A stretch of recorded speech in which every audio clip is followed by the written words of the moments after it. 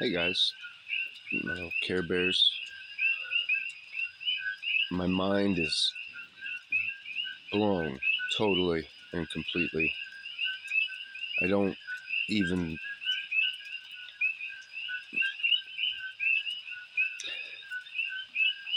2 days ago, I finished a video.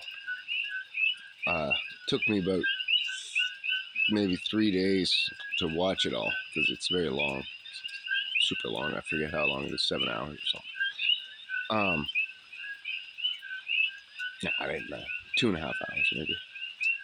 Anyhow, it's a very complicated video, and there's a lot of science that you gotta take in, and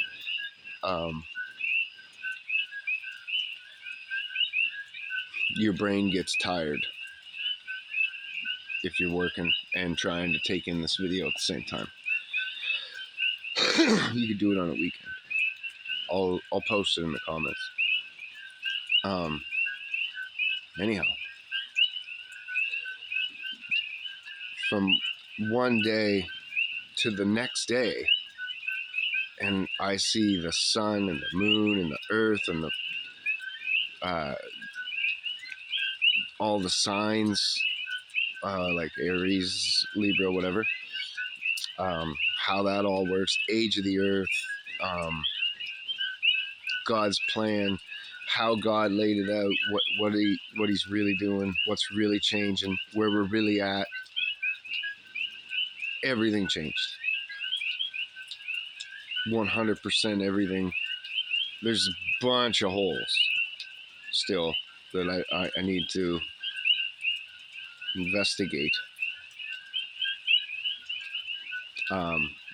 Like, where did the people go?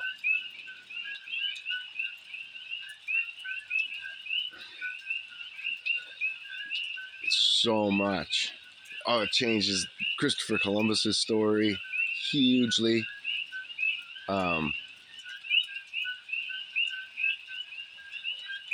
It's just boom, my mind is blown. And especially the moon. So first off, do you remember, and you may not, depending on how old you are, screensavers? When we first got like the plasma TV, and you'd have like the little guy and he'd bounce around the screen all the time just to make sure that your screen didn't get an image stuck on it. Because for you younger people, if you, like, say you were watching this video and you pressed pause and walked away from your TV and just left me sitting like that, it would burn my image into your television. So what the TV would do, and it's the same kind of thing our phones do still, is it would go to screen saving mode where it would go black, and then this little Windows logo would just bounce around your screen, and it would just go in little patterns. You could watch it for a long time. It was hypnotic. Anyhow, to save the plasma screen from having an image burned on it, well, our moon's plasma, and it's got an image burned on it because it looks at the same image. For the most part, it looks at it all the time. And then this map guy, who's a freaking genius, blessed by Yah himself, I'm sure. I love that. Anyhow, he took a picture of the moon face and then made the dark parts green and the light parts blue. And like, if this is the whole moon right here, then like this is our Earth mapped perfectly, except there's some extra couple continents in it that are missing, and then it's got the big continent over here and a couple more continents here and there. And us flat earthers, we've been getting shit on by heliocentrics for the old clocks that they had like the Earth, and then it had the clock, but then on top of the clock it had the zodiac sign that moved around or whatever. And oh, that feels good. So we were told that that's to compensate for the ball. That was all to compensate because we're on a globe. No. And then we're told that the magnetic north is moving, and we're all like defending it. No, it's not. Yeah, it is. The magnetic north is moving around the true center of the Earth with the zodiac signs. It's so amazing. It's so complicated of a clock that you can't imagine reading it. But we're inside of it, looking at the gears. We don't see the face of it. God does. Right? So it's much harder for us. But anyhow, so the face of the zodiac signs, I got to get all this drawn out and go through it all in my own head. But the face of the zodiac signs is, the stars, it's so complicated.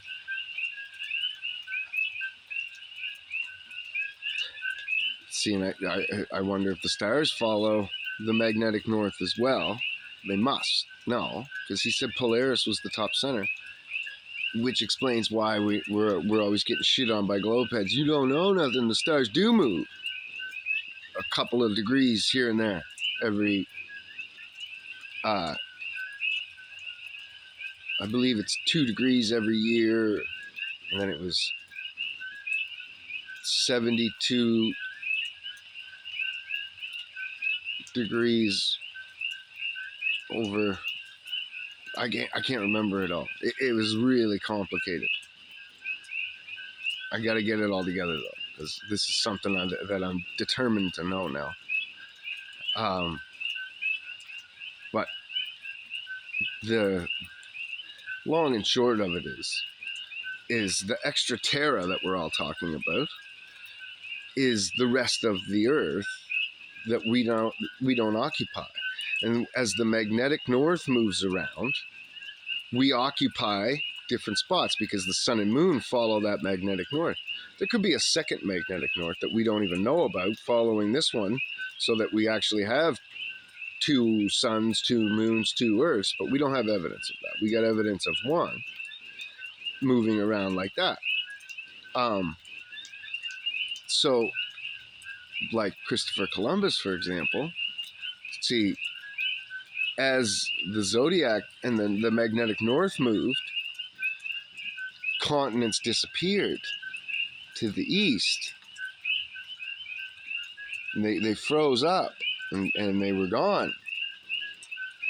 So he figured continents must maybe have appeared to the west.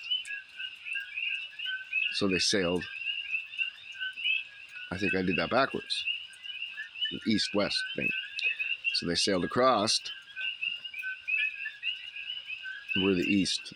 Yeah, I did do that backwards. So they sailed. So he noticed continents disappearing in the east around Japan, and so that word spread. So then he probably hypothesized and probably had a real flat Earth clock and knew what the moon was at the time.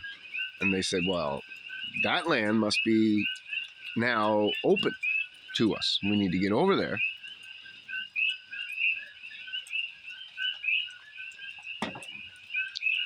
And start settling.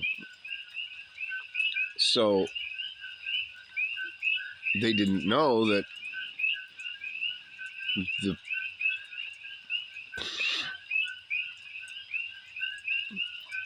could already go there. No, and that wouldn't work out because of that.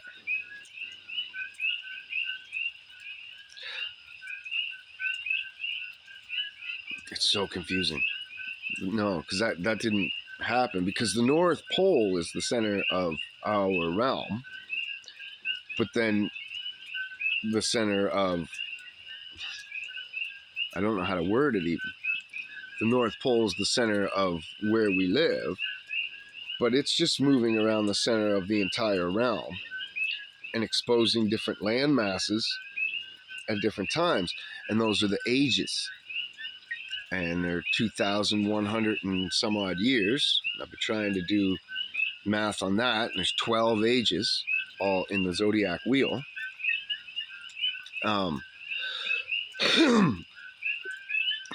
So this is really neat. At some point, real recently, as our continents, as they figured out that we had more land to discover, at some point, they wiped out all the adults. Came over here with orphans, mostly, and populated the cities that were already here. And that's how you have these massive, huge, beautiful architectural marvels that we can't figure out, like all the museums, the schools, the parliament buildings, the just libraries, all the shit that we're told that these colonizers, who by the pictures were orphans, but we're told they weren't. We're told that they were just horse and buggy colonizers coming over here and trying to tame the land and fight the natives and settle. And then, like, they built these castles. They built these libraries and greenhouses, and, or not the greenhouse, that was in Europe, but they built these libraries, and they built these like the parliament buildings and the White House, all these things, all in like 100 years, every single one of them, most of them by like the same architects, and did them with like utmost precision and perfectness, while making all the canals and everything without dynamite. They did all that with black powder before dynamite was even in existence. They went through mountains and everything, and made these canals while making all those buildings, while trying to live and survive and tame the land and make farms and make their own houses to live in and all that other stuff. And we're just told, oh, well, slaves. See, a slave, okay, you get some free work out of him, for sure, right? But you still have to build his slave quarters, or you're not going to get much work out of him if he doesn't have a place to sleep. You got to feed him, or you're not going to get much work out of him if he's starving to death, right? And obviously, you got to give him time off for him to sleep and recuperate in order to get any work out of him, or get the most work out of him. Just beating a man, if he's starving to death and hasn't slept in days, isn't going to produce work. The man is going to be insane at that point, and not be able to concentrate or do anything at all. So that doesn't explain how we did that without tools. We had chisels and hammers and horses, but that's it. We couldn't do that today. Even settled without fighting the natives, all that kind of stuff, to build that much infrastructure, that beautiful and that perfect, with all that stuff, and do it in that amount of time, and have it all come out perfect all over the world. It would have to be, literally, it would need to be that every person on earth was putting all of their efforts into that for free, on top of working and living their lives. Like, get off of work, go and work on Parliament buildings for the evening hours after supper, go home, go to bed, get up, go to eat breakfast, go to work, eat supper, go to work, and all for free, right? Because they were all peasants and shit. They didn't pay them, and there wouldn't be enough money on earth to build these buildings, all marble and fucking shit. Like, no, there isn't. And all at once, all simultaneously. There wasn't the population back then. If you took what the population number was back then and then tried to do, even with tools like of our time, with that little population, and try to build all those huge marvels all over America, and cut down all the trees and put in all the canals, it's impossible. And then when you look at the pictures, there's pictures of these cities without a human soul in them. And you can tell it's midday because of the shadows and shit. And nobody anywhere in any of the streets, in the whole cities. And they're huge. And then when people do show up in the pictures, it's years later, and then you start seeing these orphans being brought in, like, by the train loads. And then they say that, oh, well, there are all these sluts and we were having to take their children from them. If that was going on, that prevalent, that there was that many people losing kids, that many women just having babies taken from them in infancy,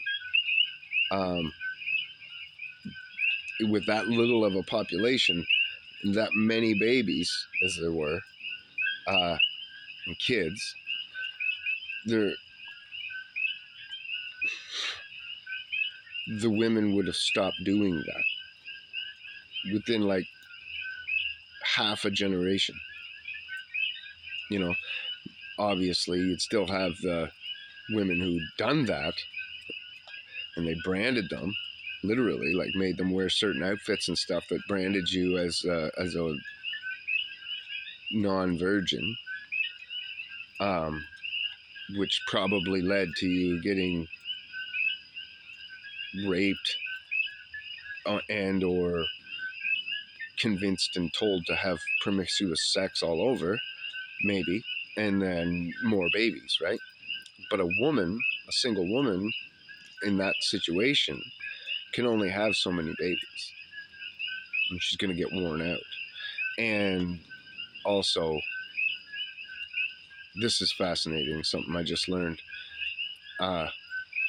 We always say survival of the fittest. My sperm was the best sperm on all this shit.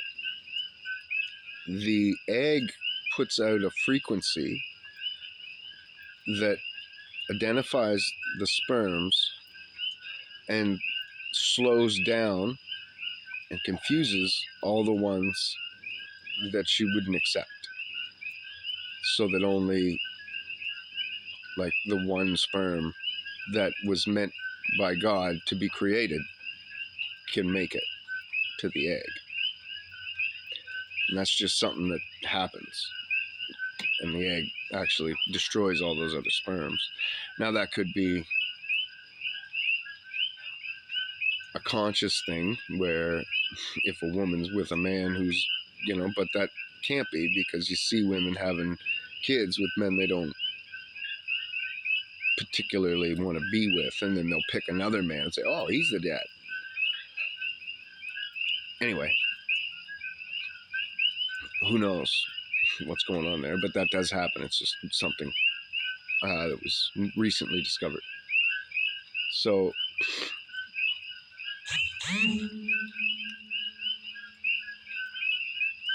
anyway,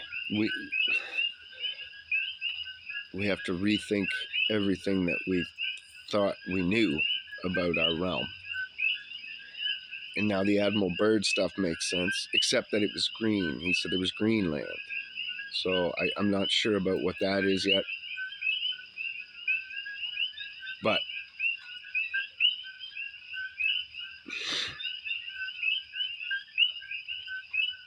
who knows? Like I said, there could be multiple suns because of how it all was explained, that whatever's in the center of the realm is a vortex, and it's full of energy, and it shoots that energy up at the dome as in the form of X-rays. And X-rays don't reflect off of most things, but they do reflect off of, because they'll go through most things, but they'll reflect off of crystal. And so our dome must be some sort of like a crystal, so that the X-rays hit it, and then they reflect off, and the ray ends up being what we call the sun and the moon or whatever. He explained it very nicely, or very thoroughly. I haven't watched that part twice yet, but it would stand to reason that when those rays went up, they're hitting a rounded dome, that they're going to reflect in equal and opposite directions. Going out, there could be 4 suns, 4 moons, but there would have to be 4 magnetic poles, because the magnetic pole that's moving around, it has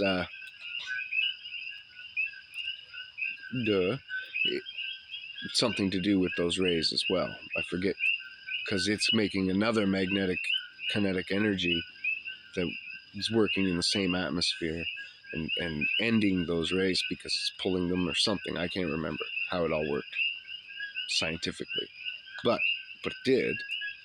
It seemed to. I gotta listen to it again. Anyway, mind blown, totally and completely. And oh, that was the other thing. So the 12 signs on the clock, well, those buildings being here built before we got here, tells us that at one time there was different people here. And the fact that there's like meters of mud in all these cities burying the bottom floors, and when we see, and I don't know if you've lived in old cities, but I have, you'll see window arches and door arches at, like just about a foot above the ground. And then when they've excavated these buildings, some of them go down 2 more floors, buried under the mud. So when you remove all that mud, our streets weren't paved, they were all water, which is awesome. In most of our major cities. And there's so much more. But that tells us that there was a very advanced people in this location of the earth once before.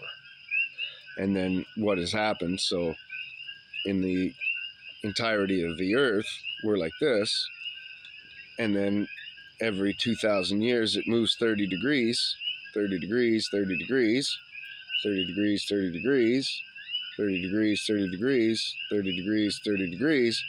Well, And there's already buildings here. We've been here before. So the last age could be there, back at God's throne. We might have started there. Adam and Eve went to the first age and then went around. And the other thing is, God said he'd have to, and my friend was talking about this, what was it he said? The wording God used was that he'll have to shorten the days.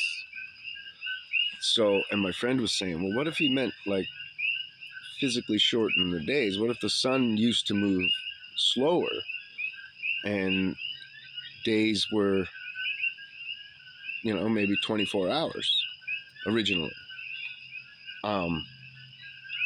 And he's shortening them up because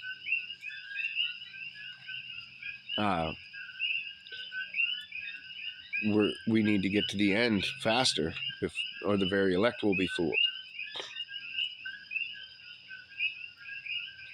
But that would make, no, because that would still make the clock not right.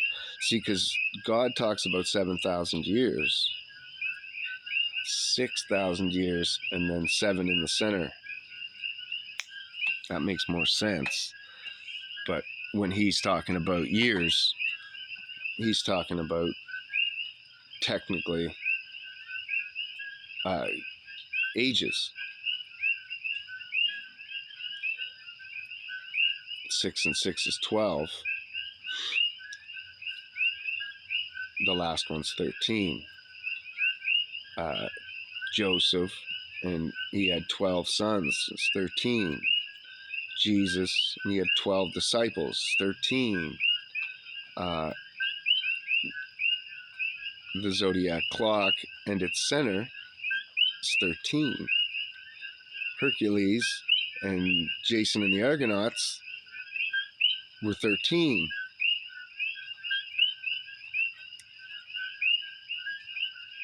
And that's where we get the 7.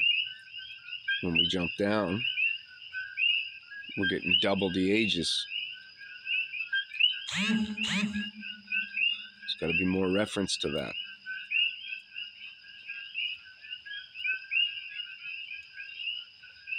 If God's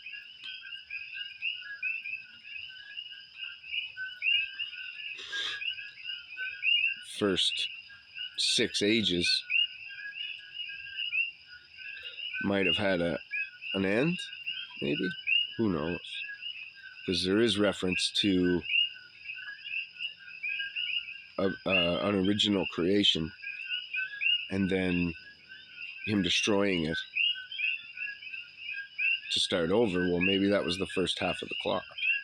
And then we're getting the second half of the clock. So we're getting our 7 ages.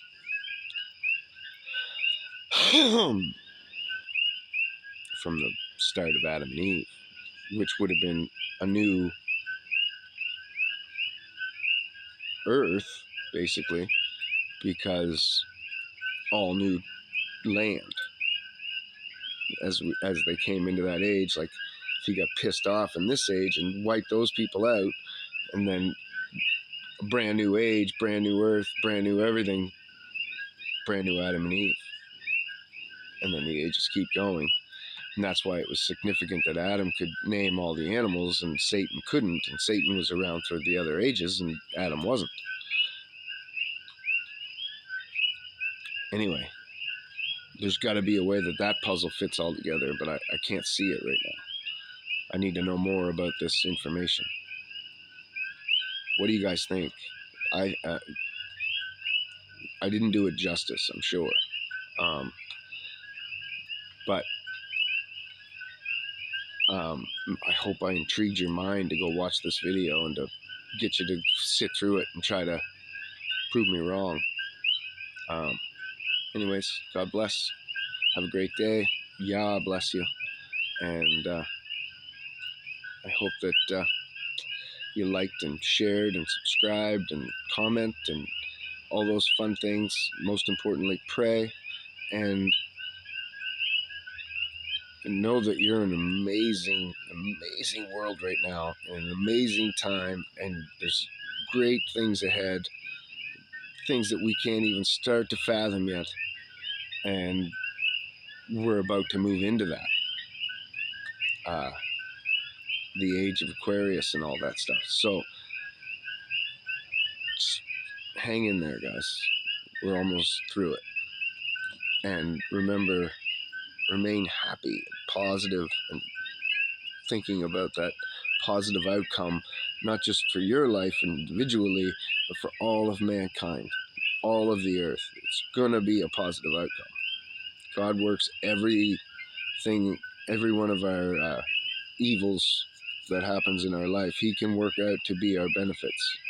So, what your enemy does to hurt you, God will use to love you. And it's all going to work. Just stay in faith, stay happy, stay positive. God bless.